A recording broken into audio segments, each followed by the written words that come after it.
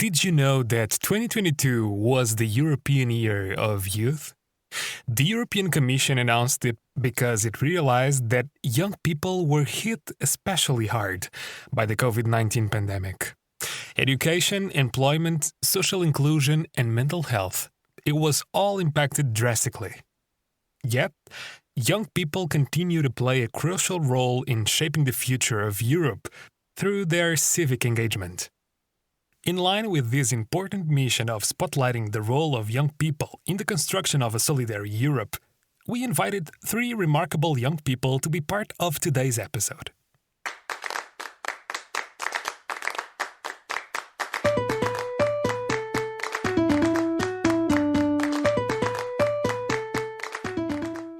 For the first time in the history of this podcast, I'll have three guests with me. I'm really excited to welcome Zahide Özdemir from Turkey, Mariyah Kayat from the UK, and Emanuel from Switzerland. All three are coming from a country for which the relationship status with Europe stands on, it's complicated. Welcome to the three of you. Let's start with a round of introductions, shall we? Hi, I'm Zahide Özdemir. I'm 25 and I'm from Turkey.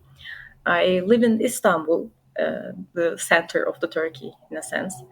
I'm a psychologist and a master's student in political sciences, and I am also working as a research assistant. My focus in my studies is in general migration and citizenship and organizations and civil society in Turkey and specifically in Istanbul. Great having you, Zahide. So my name is Emanuel. I'm 26 years old and I live in Lucerne, Switzerland. I'm studying in my master's religious studies, science of religion and history, and I work at Dialogue en route, which is a project that tries to just kind of introduce different methods of interreligious dialogue to schools and make different religions accessible and more understanding for kids. Welcome, Emanuel. So hi, my name is Mariyah. I am 22 years old and I work for Commonwealth Theatre based in Bradford.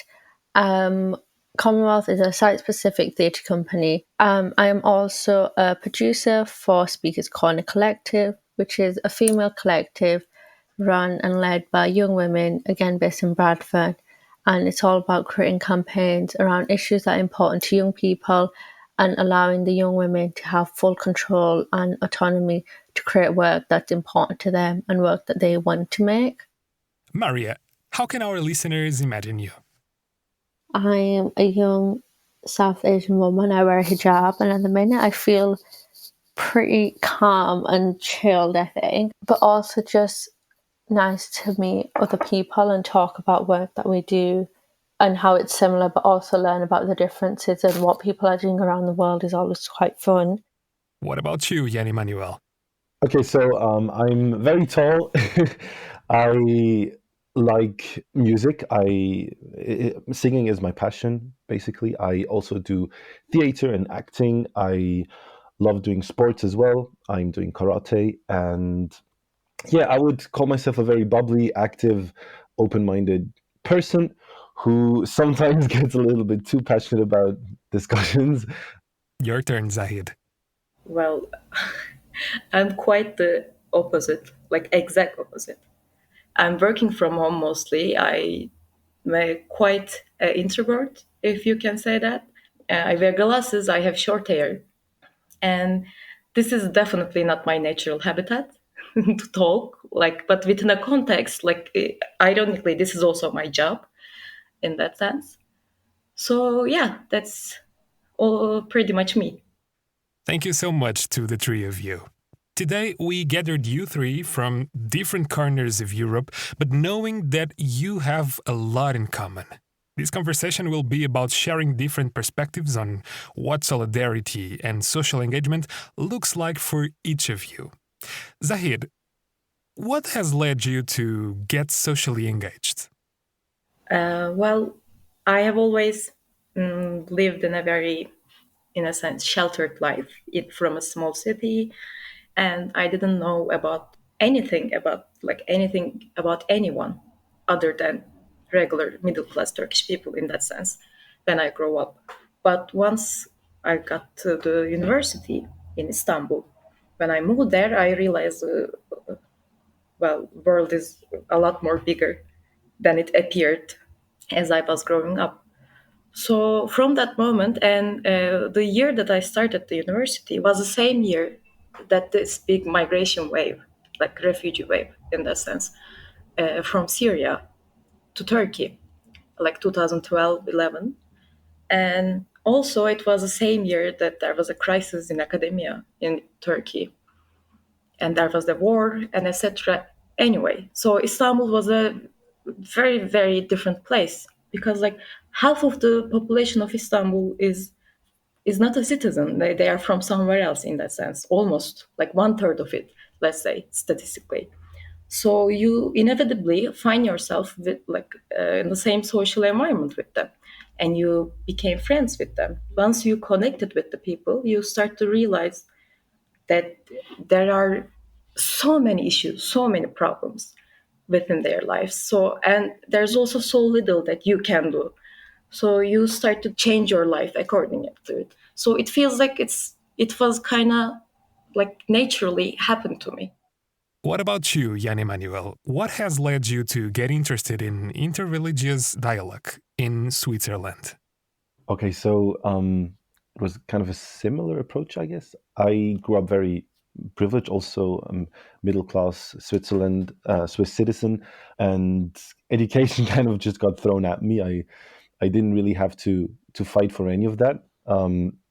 And then in Switzerland, military service is mandatory, but you can also choose to do community service instead. So I chose to do that, and I did work at a refugee home for half a year, and that was also to me a very important point in my life that changed my perspective or just widened my horizon in the sense of global issues weren't just numbers and words in headlines and newspapers. It became faces and people and relationships that you actually cared about. And to me, that was very much a moment where I realized that there's people who have to fight for the things that I just got handed automatically. I also really saw firsthand how misunderstood some communities are.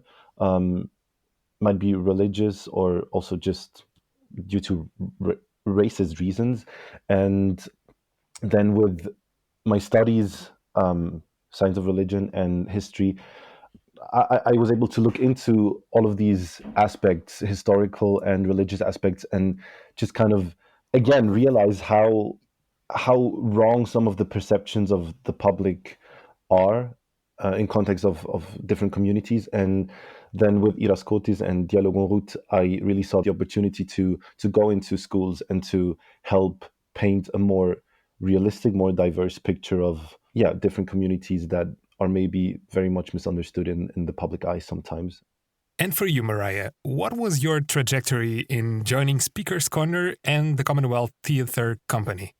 So when I was like 15, 16, I first volunteered for Speaker's Corner, and I did that for like a good few years. And then I did my A-levels at 18 in school, and then I was going to go to uni. But I was very much like, didn't want to go to uni, didn't want to be in school, and Commonwealth offered an apprenticeship role.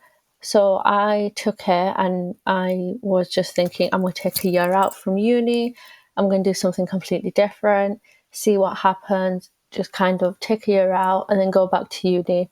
And at uni, I was going to do mental health nursing. So working at Commonwealth was very different. Now I'm working at Commonwealth. But I also really loved the work that we've always done at Speakers Corner, because for me as a young person, being part of Speakers, it gave me so much confidence, and it really built my self-confidence and my self-esteem. I had adults who just believed in me and were like, you're going to do great, you're going to be fine, you can go speak in front of all these people, it's going to be great. And it feels like a really nice full circle moment because now I'm almost like one of those adults. Can you explain what exactly is Speaker's Corner and maybe tell us a bit about Bradford? So Bradford is actually the youngest city in Europe, and that just means that we have the biggest population of young people, so people under 30. One of the things about Bradford that I really love is that because we are a bit forgotten and we don't always get a lot of money put into the city, it very much has you've just got to do it on your own kind of feel. So Speaker's Corner is a female-led youth collective based in Bradford, and it was set up in 2015. Yeah, 2015. And there wasn't a space for young women that felt like a safe space. And over the years, we've done campaigns from mental health, body image, doing things about generational gaps between different generations that people have in their families. Our last campaign that we did was about, we were having a lot of conversations about stereotypes that are placed on young people, women especially, and how it can come from like generation, and sometimes it's trauma that people carry, and then over time we normalize it, and how this actually can have a negative impact on the coming generations. Thank you, Mariyah. We will go back to this generation topic soon. Jan Emanuel, can you explain what a guide does at Dialogue en Route? So there's very many different workshops that we offer at Dialogue en Route, and teachers can choose between all of these workshops. As a guide, you are trained in some of them. So I, for example, am not trained to show people the Hindu temple. That's not a workshop that I can do, but there are people who are trained in that one, and they will make contact with the teacher who booked that workshop, and they will meet the class at this place and show them. There's also, most of the times when we go into different religious buildings or sites, there's maybe a priest or just another person working there. We also have some workshops that are more theoretical, like, for example, Memories of Racism, where we do kind of look at the hold, I think, also the influence that racism still does have here in Switzerland as well, how it affects our society. So it's very, very broad. There's so many different people from so many different backgrounds as guides, and I think that is actually what it stands for. So we have people from various different religious backgrounds, from different national backgrounds. Dialogue en Route is conducting these workshops in schools to raise awareness about the interreligious history of Switzerland, to increase intercultural understanding of children and young people, and to decrease the biases that exist towards some cultural and religious communities that are part of Swiss society.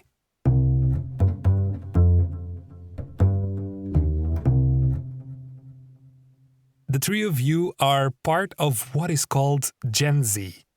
I would like to know, how do you see your generation approaching the questions of a multicultural and diverse Europe? I do believe that in that sense, I think social media does have a very wide network that is absolutely beneficial to some causes.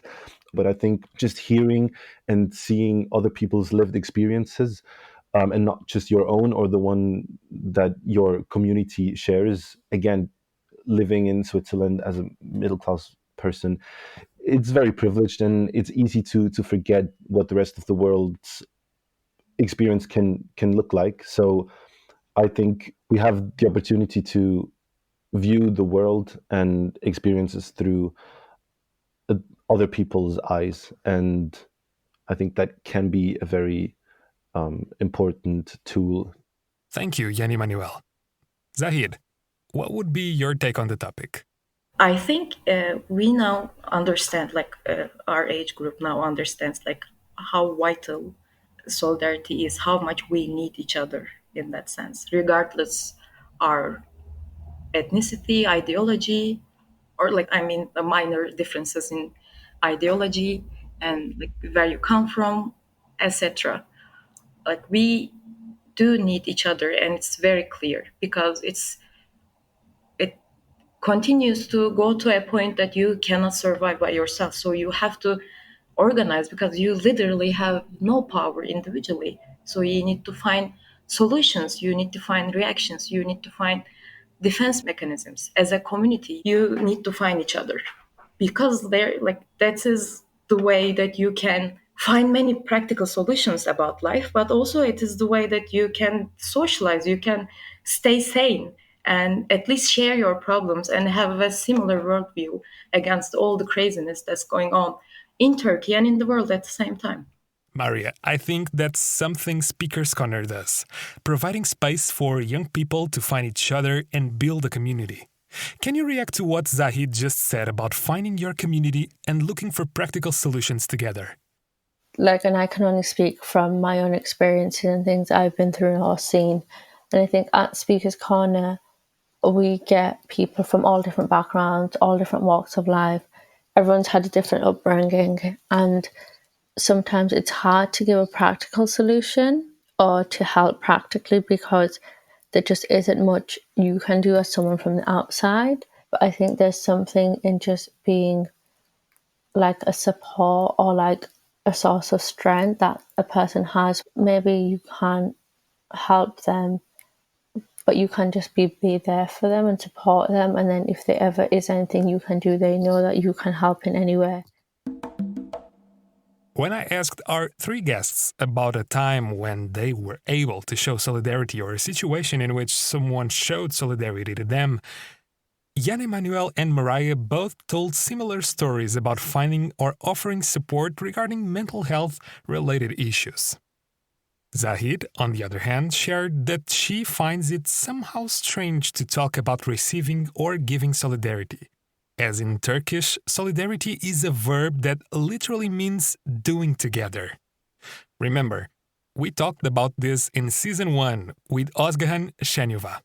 But then, Zahide did tell us a crazy story about ricochet translation between 3 languages, showcasing the intercultural solidarity within her daily life. Okay, a few months ago, one of my friends, he's from Egypt, fell down from his scooter and needed to go to hospital. So my other friend, she is Kurdish, she found him and she took him to the hospital. And she took another friend who is Kurdish and Syrian. And 3 of them went to hospital. And they called me, and I went there too. But I got there a bit later. So in order to talk with the doctor, the Egyptian friend would speak in Arabic to the Syrian Kurdish friend, and he would translate it to Kurdish, and the Kurdish Turkish friend would translate it to Turkish. So it took like 3 people to communicate with the doctor. Wow. I like how this illustrates what you said before about creating practical solutions together. This made me curious to hear more about the focus of your studies, Zahide. You are actually working on who is in solidarity with whom, right? As I say, Istanbul is quite big, and there's a lot of different communities. My main take would be the connection part, because although this is a very crowded city, almost like 20 million lives in here, very few of different communities interact with each other. Like, let's say, some like feminist organizations, like with different takes on feminism, some queer organizations, or let's say leftist Kurdish migration organizations, and etc. And there's not enough talk between them. So like we can say that there is solidarity a lot within them, but it limits itself. If you're just in solidarity with people who are similar with you, or people who thinks exactly the same way with you, it's gonna run its course at some point. So in here, the issue that we are trying to solve, at least like this is what I'm trying to understand in a more theoretical stand, how can we, like there's a point of connection between different communities, between different groups, to come up with more strong bonds of solidarity. With those solidarity lenses on, your research focuses on non-citizens. Can you explain who they are? I wanted to come up with it's already existing concept in the literature, but I wanted to use the concept of non-citizen because I cannot just it's not enough to describe someone's situation as like a migrant or refugee usually, because we have a very especially in Turkey, very unsustainable and kind of chaotic migration laws and rules and regulations. So it's quite changing all the time. So I want to focus on the context of citizenship. And non-citizenship is also another context. It's a great context. And it shows your positionality within the context of rights, actually. What you're able to do, are you able to work or not? Are you able to travel? Are you mobile? Are you getting threats to go out the street? Like, are you in the face of deportability all the time, etc.? So why I'm focusing on them and organizations at the same time? Because it's 1/3 of the city. It's not a minority anymore. So I'm not taking them as a homogeneous group, but I'm taking non-citizenship as a category.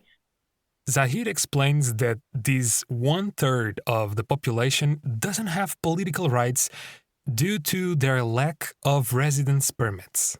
In her research, Zahide asks why political organizations are not creating space for this category of people to join the conversation. Similarly to what we have heard from Amindia Rekunde in a recent episode, she understands that the absence of this large group in decision-making influences how the problems they are facing are being addressed. Zahide, could we say that you're interested in a more intersectional solidarity? Yeah, exactly, in that sense, because it's very fragmented when we think of it, especially in Istanbul. And there's also groups of, let's say, like majority groups and minority groups. And it's usually very hard to access a majority group. And so, what's actually where the work gets done is in these small organizations, in small communities, because they are the ones who are able to talk with each other at least, so connect with each other. This brings me to the next question, which is a question asked by one of our listeners, Helene, who lives in Harn, Switzerland. She asked, what do you think is the role of education in promoting solidarity? Jan Emanuel, that question comes from around the corner, from where you live. And since you are the one working with education, can you give your opinion on that first?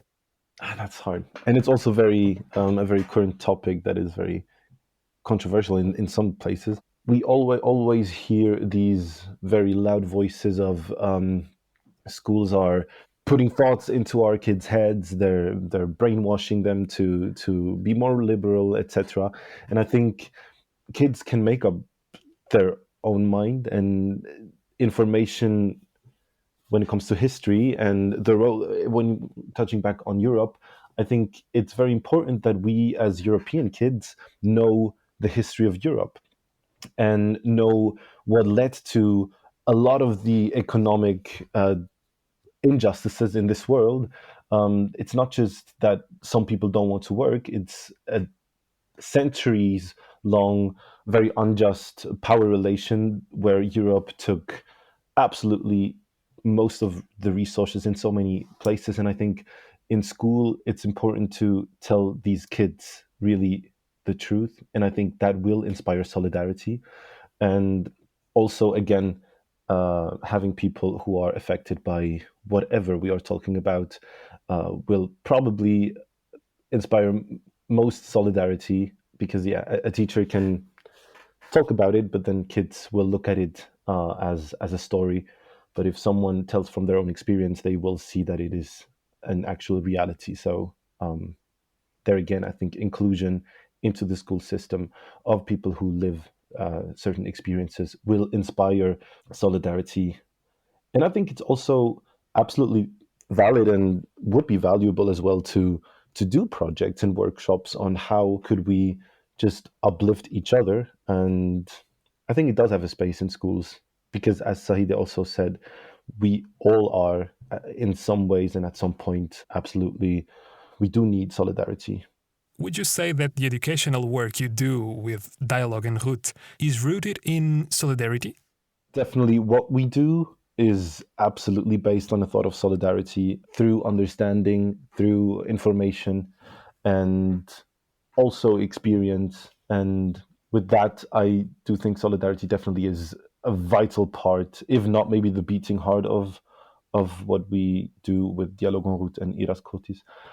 But I've only been here for 1 year, and I cannot speak for the entire organization. And that's just the experience that I've made with it. And I think in the school context, it's very much just about giving kids knowledge so that we can prevent misinformation. And I think misinformation in so many cases leads to fear or discrimination. I can imagine this process sometimes implies that the guides have to answer personal questions about their own beliefs and convictions. Is it something you find difficult to do? I have not found it very difficult. I think it's very inspiring. The last time it was just last Thursday, I did a workshop on the memories of racism, and the tricky part was when they started really asking personal questions that go into the political spectrum, and I was really hesitant on being clear about my own views because I don't really know where to draw the line. But I think as long as you do tell them that they have a right to their own opinion, and whatever I'm going to say, that is my opinion, and you do not have to share it. If they ask, they obviously want to know something from you, and I'm not going to tell them what they have to vote. Mariyah, can I ask you the same question? In your opinion, what can be the role of education in promoting solidarity? That's a big question. I think through education you learn so many different things and so many different skills, and you're in education for so much of your life. And education is so solitary because you're just learning these skills for you, and then you do this exam, and then you can go into this group and you can get further, and you're not always taught or learn how to work in a group. I think there's this lack of teaching solidarity in schools. But then education can also come from what you do outside of school, and are there like other clubs you're part of? Because even something as small as like being part of a sports team, so sometimes it's like finding your own education and what are you doing for yourself? Like, are you part of another team, or like do you do extra stuff outside of the school lessons? I suppose joining Speaker's Corner is one possible outside of school activity that fosters this solidarity mindset. Yeah, definitely, because some of the girls know each other. They might come from school together, and they might bring a friend. But a lot of the time, it is just different young women from like different schools, different where they've heard of Speakers Corner. They come together, and they're part of one collective. And as a collective, they make all the decisions and all the choices. They're in control of the budget, the finance. They do the promoting and marketing. They pretty much do it all, and it's just about giving young women that autonomy to create work for young people, by young people, that they would want to see, that they'd want to be part of. But then also it's just they learn so many skills throughout doing it, but sometimes you don't even realise you're learning the skills, but they just learn throughout doing it and being put in that position where they've got to do it. So you kind of have this solidarity and like this sisterhood that you create, and like in this friendship and that you've made, and you're like this collective that just creates work together, but also supports each other and is there for each other in different ways. A lot of the work, especially when we do work about international activism, and we connect with other people, and sometimes we connect with different activists around the world, there's also solidarity in that. And there's also this bigger sense in, over the years, Speakers Corner has been running for 6 years now, and has people from all different ages, young and old. And there's a solidarity in that you always know there's this whole massive collective who are supporting you and who do have your back. And I like they're in the background just cheering you on. Speaker's Corner sounds like an empowering place for the young participants. They get to learn how to work, organize, and make decisions together, and they benefit from their peer support in many different ways. In that case, it seems that the solidarity we are talking about goes automatically with a feeling of belonging to a community. Zahide, what would be your opinion about the role of education in encouraging solidarity? I come from that. Like I got that education. I didn't know other existence of other people.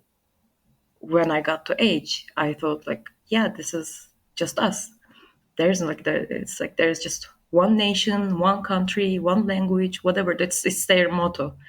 So within this context, I don't think many of the children of the majority, especially, don't understand the context, like might not like learn the context of solidarity with others, because like there is this huge others that you don't know. You don't get to know about their historical context, political context. You just know about yourself, like about being Turk, like you just like your concept of understanding is built up to Turkishness in the majority. Most of the people that I know, almost all of us are self-taught, and it's not because of lack of resources, existence resources, but like you have to like take some time to wash your brain out because you like it sticks to you. On the other hand, Zahid explains that children in less privileged positions, whether they are part of minority groups or from migrant backgrounds, interact with each other more, and within this diverse community of less privileged, they build their own language and their own standards, which happens in other contexts and for other reasons with adults too. But when you think of it, in Istanbul especially, it's always a struggle to live here if you don't have the means, and most of us don't. So you can find yourself in a situation, you find yourself with like your friends who are from other countries, like they are in a similar situation. Economically, socially, like you can easily find yourself in the same situation, but it's still harder for them because you at least have the options. You at least have some basic needs. You find yourself in the same position and you look at each other and you say, yeah, we are basically suffering from the same huge structural issues and inequalities and injustices.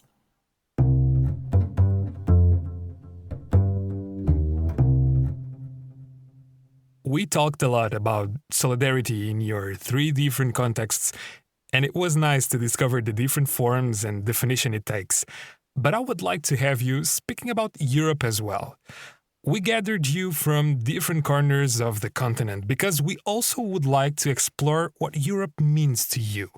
Let's start with you, Zahide.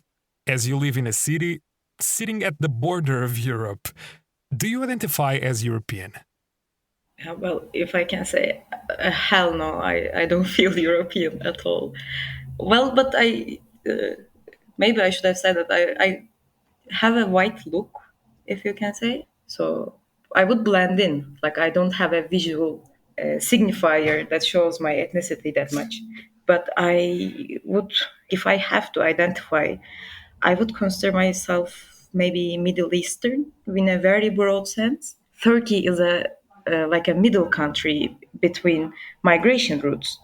So lots of people here tries to go to Europe, including Turkish citizens lately and refugees and migrants. They all want to go Europe. Like nobody wanted to stay stuck in Turkey.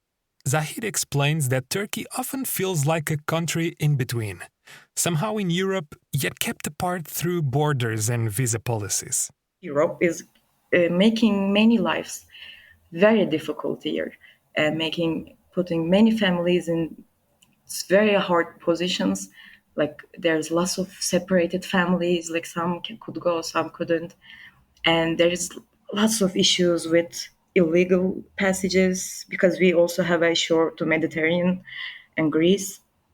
So Europe, like in that sense, Europe is in a controversial point in my life. It is something that you want to be a part of, actually, want to be able to live having basic human rights, but at the same time, it has so huge impact on your life here. And it's a very, personally and psychologically, it's a very tricky thing. Thanks for sharing about these important aspects, which connect back to what we have heard in previous episodes about how borders affect solidarity. Can I ask you the same, Jan Emanuel? Do you identify as European? I do think that definitely I've grown up in a European context. Also, when you look at school and history, definitely very Europe oriented. I do think also, even though Switzerland is not part of the EU and is kind of a special thing of its own, we definitely are part of European history. I think Switzerland with Europe is part of a history of also discriminating against other people in other places of the world, and also making profit of other people's resources. And with that, I don't know what it's like to feel European, but I do see my role as a European person to not negate these historical truths. It's not a guilt, but it's a responsibility to kind of really educate myself on what Europe stood for a very long time, and in some aspects still stands for. So it's just about, again, listening and learning about what has happened throughout history, and what structures are still in place, and how we can deal with those from Europe as well. Thank you. It's super interesting to hear your answers one after the other. And I can't help thinking that Mariyah's answer will bring yet another aspect of European identities. Mariyah, it's your turn. Do you identify as European? I don't necessarily think I identify as European because my background, I'm Indian, I'm a young South Asian woman, but I'm also British because this is where I've been born and where I've been brought up. So I do think I'm British, but I've never really said I'm European just because that seems so big and so broad. And yeah, it's a funny one, I think.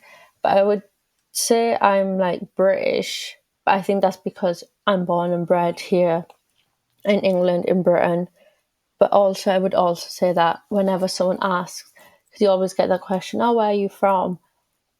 I don't even tend to say, oh, I'm British. I'll always say, oh, I'm from India, because that's kind of where I am from and where my roots come from. And I think that's important to me. The question of identities became both crucial and controversial in Europe this last decade. How important do you think it is for your generation? I definitely do think that identity is absolutely crucial for people. I think it's what you live, and I think for identity to be recognized by, number one, people surrounding you, and number two, also the system surrounding you, is absolutely instrumental to your mental well-being. So I think identity is absolutely important, and respecting different identities and on a community and political level is definitely a task that we have to take on in the near future, in my opinion. I think your identity is something that you always have. And I think as a person of color, as soon as you look at someone who is a person of color, if you look at me, you can obviously tell that, yes, I'm British, but there's also other heritage, and I'm also I come from somewhere else, and that's where your initial roots are from. And it's really hard not to see that. And I think that builds part of your identity, but also identity is something that just makes every person different. I think now more and more young people are taking pride in their identity. I think identity is what makes you who you are, and whether that's your culture, your background, your religion, your heritage, whatever it might be. But identity is kind of what makes us all different. And I think people are realizing that more and accepting it more, because it also just makes life more interesting, I think. I believe we have a different take on identity. I think we understand it as quite liquid, it's quite changeable, interchangeable, and it's quite crucial to position ourselves, especially in the political context that we are living. We don't dismiss the idea of identity. We don't dismiss and But at the same time, we understand its layers, its fluidity in that sense.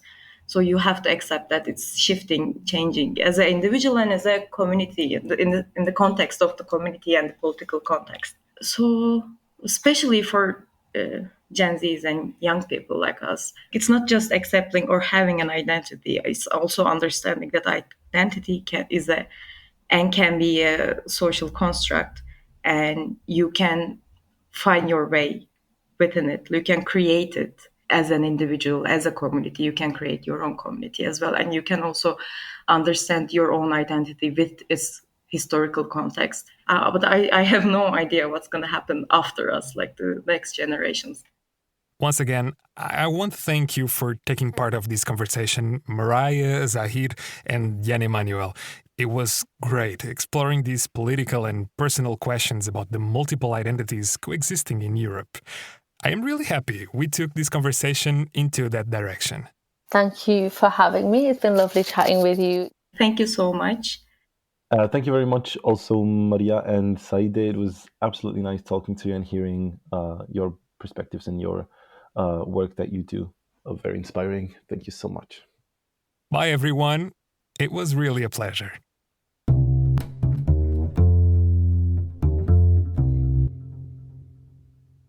In the next episode, we will build on many of the aspects touched upon in this episode: social engagement and educating ourselves about privileges. It's an episode in which we ask ourselves, how can we show solidarity with people outside of Europe, especially those in need of humanitarian support? With our guests, we are going to talk about how to do international solidarity projects and volunteering abroad in a responsible and self-conscious way.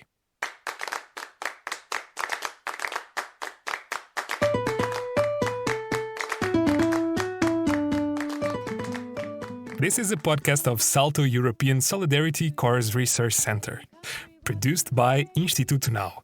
For more information and resources on solidarity and the course, go to talkingsolidarity.eu. The theme song Solidarity Unifies Us is composed and sung by Paula Gehrs. The episode was mixed by Bruno Freire and hosted by Diogo Pires. The artwork was created by Ina Gouveia. Hi listeners! Thanks so much for joining the conversation on solidarity. We appreciate having you with us. Our love to share, our love